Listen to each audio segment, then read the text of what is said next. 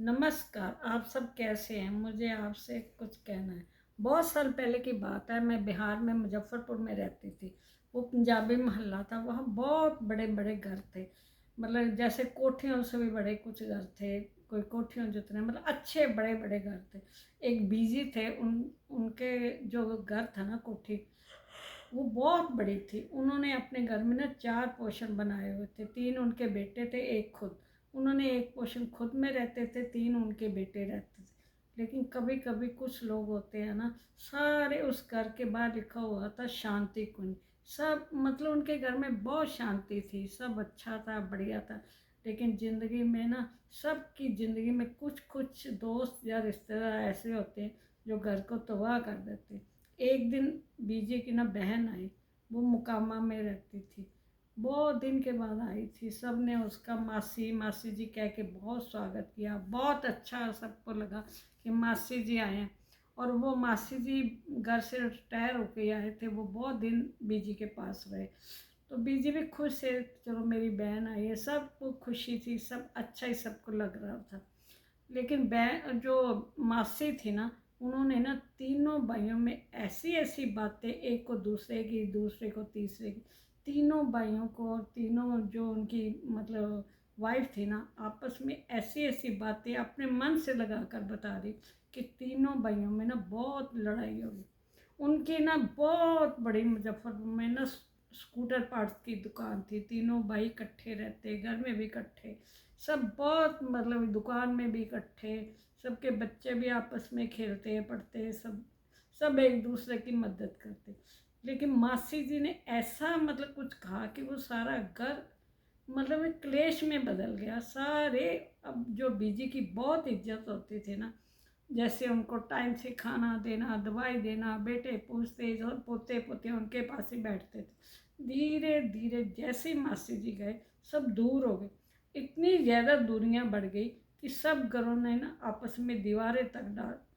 और जो दुकान थी ना, दुकान में भी 3 हिस्से हो गए, सब अलग अलग। एक ही दुकान के 3 हिस्से, एक ही दुकान के मतलब एक ही मकान के 3 हिस्से हो गए, सब अलग। एक दूसरे को ना कोई बुला के ना राजी नहीं था। जहाँ इतना प्रेम प्यार था, लेकिन एक बंद की गलती के कारण सारा घर तबाह हो गया। अब बीजी भी बहुत दुखी रहने लगे। लेकिन बीजी को भी सब कुछ समझ नहीं आई कि ये क्या हुआ, कितना अच्छा घर था, क्या हुआ। धीरे धीरे उस उनके घर में ना, जो बड़ा बेटा था ना, वो उसने सबको बुलाया और पूछा कि क्या हमारे घर में क्या हो गया ऐसा जो हमारा घर इतना तबाह हो रहा है। फिर बड़े बेटे ने ना बताया सबको कि आप ऐसा सब करो कि समस्या का हल ढूंढो, हमारे घर में ये समस्या आई कैसे। सब ने अपनी अपनी सोच लगाई, विचार लगाया, किसी को कुछ समझ नहीं आया। लेकिन एक दिन ना उनके जो बड़ा बेटा था ना, जो बड़ा पोता था बीजी का, उसने इस बात को समझा कि ये तो जरूर कुछ ना ऐसे मासी जी बोल के गए हैं, कि मासी जी के कारण ही ये सारा घर ना तबाह। उसको धीरे धीरे समझ आ रही। उनके बड़े पोते का ना कुछ दिन पहले शादी हुई थी, कि ये ना सबको भड़काते थे, उनको कुछ कहते थे पोते को। सब उनकी चाची ताई के बगैर मतलब कोई ना कोई चुगली लगाते रहते थे। किसी बहू को कुछ कहते थे। कि वो जो बड़े बेटे की पोते की वाइफ थी ना, उसको भी उन्होंने बहुत भड़काने की कोशिश की, लेकिन वो बहुत पढ़ी लिखी समझदार थी। उसने ना उनकी वो सिर्फ एक वो ही थी जो उनकी बातों में नहीं आई। धीरे धीरे ना सब लोग समझने लगे, हम तो सब इकट्ठे थे, ऐसा क्या हो।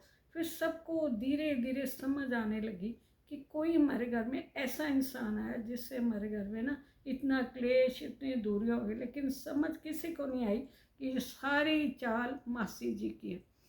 लेकिन अब उनको सबको इकट्ठा करना था, कैसे इकट्ठे होते, मतलब कोई समझ। लेकिन जो बड़ा पोता था ना, उसका बहुत मन था कि हमारा परिवार सारा इकट्ठा हो, सब मतलब वैसे ही खाएं पिएं घूमें फिरे। और बीजी के पास सब जाके बैठे। अब बीजी बहुत उदास रहने लगे, उदास ही नहीं, बीमार भी रहने लगे। लेकिन जो बड़ा पोता था ना, उसने अपनी वाइफ से बात की कि हम दोनों इकट्ठे मिल गए, कुछ ऐसा करते हैं जिससे कि हमारा घर ना बहुत सुधर जाए। उनकी जो बड़े पोते की वाइफ थी ना, वो बड़ी समझदार थी। उसने ऐसा किया कि जब भी वो वो कॉलेज में प्रोफेसर थी। जब भी वो कॉलेज से आती तो थोड़ी देर पहले दादी जी के पास ज़रूर बैठती, और दादी जी के पास जो भी उनको चाहिए होता, दवाइयाँ या समय देती, दादी जी उनसे ना बहुत खुश रहने लगे। फिर वो धीरे धीरे उसने ना आते जाते चाची जी को, ताई जी को प्रणाम करना चालू कर दिया।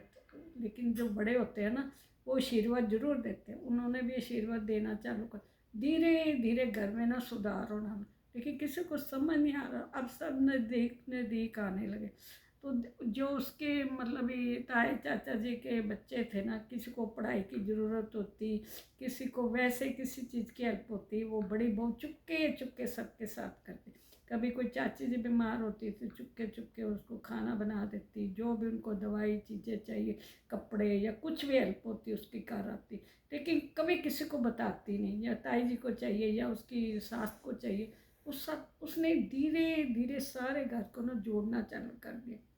वो सब जैसे उसके मतलब ये बाकी छोटे बहन भाई, देवर हुए या नंदे हुए, सबके स्कूलों का पता करती है, कैसे होमवर्क, ये बच्चे कैसे जाते हैं, क्या करते हैं, वो सब घर की नॉलेज रख। उसने धीरे धीरे अपनी अच्छाई से, मतलब चाची जी के पास जाती तो बोलती, ताई जी ना आपकी बहुत प्रशंसा कर रहे। वो कहते आप तो बहुत अच्छा खाना बनाते हैं। तो वो बोलती, वो मेरे बारे ऐसा कैसे बोल सकते। कहते हाँ, ताई जी तो बोल रहे थे चाची जी बहुत अच्छा खाना बनाती। अगर ताई जी के पास जाती तो कहती कि चाची जी ने बोला आप तो कपड़े बहुत अच्छे सिलाई करते हो, आप में तो बहुत गुण है, आप बहुत अच्छा घर साफ रखते हो। और अगर अपनी सास के पास जाती तो कहती, चाची जी मेरे को रास्ते में मिले थे, एक दिन ताई जी मिले थे, वो कहते कि तुम्हारी सास तो बहुत इंटेलिजेंट है, वो सबसे रिश्ते बना के रखती। और धीरे धीरे ऐसे हुआ कि फिर सब दोबारा पोते पोतियाँ वो बीजी के पास जाके बैठने लगे। और जो तीनों दरानी जेठानी था, उनको भी लगा ये तो मेरी प्रशंसा करे, मैं क्यों इसकी बुराई करूं। और ऐसे हुआ एक दूसरे का धीरे धीरे नमस्ते राम राम उनकी चालू हुई, फिर एक दूसरे का हाल चाल पूछना चालू हुआ। वो ही घर जो बर्बाद हो गया था एक इंसान की मतलब ये इंटेलिजेंट के कारण, वो सारा सुधार हो रहा। और फिर सब भाई भी इकट्ठे होने लगे, अब फिर शाम की चाय बीजी के घर सब पीने लगे। लेकिन फिर भी ना उनको सब कुछ समझ नहीं आया, दिल में दुनिया भी दूर नहीं हुई थी।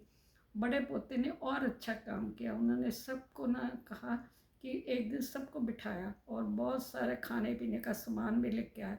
कहता हमारी समस्या का हाल आज मेरे को मिल गया, ये सब समस्या हमारे मासी जी की डाली हुई है, जो बीजी की बहन है। हमें तभी समझ जाना चाहिए, हम उनके पीछे लग गए। इसलिए हमें किसी के पीछे नहीं लगना चाहिए। अगर उनकी बहू और बेटा ना अच्छे होते तो वो घर तो तबाही था, कहाँ उनका घर शांति कुंज था, कहाँ क्लेश कुंज बन गया। और मतलब अगर वो दोनों बच्चे अपना दिमाग ना लगाते तो ये घर बर्बाद हो जाए। ऐसे किसी ना अपने रिश्तेदार दोस्त या अनजान आदमी को अपने घर में जब भी होता आता है उसकी बातों पे यकीन ना कीजिए। ठीक है, यकीन तो करना पड़ेगा, पर इतना ज़्यादा मत कीजिए ताकि आपके घर में क्लेश हो जाए और आपके घर की जड़ें हैं ना जो उखड़ जाए। तो हमें किसी के ऊपर इतना विश्वास नहीं करना चाहिए, अपने घर वालों के ऊपर ही विश्वास। और जो बहू बेटा है उनको भी शाबाश देनी चाहिए जिन्होंने दोबारा से घर को जोड़ा।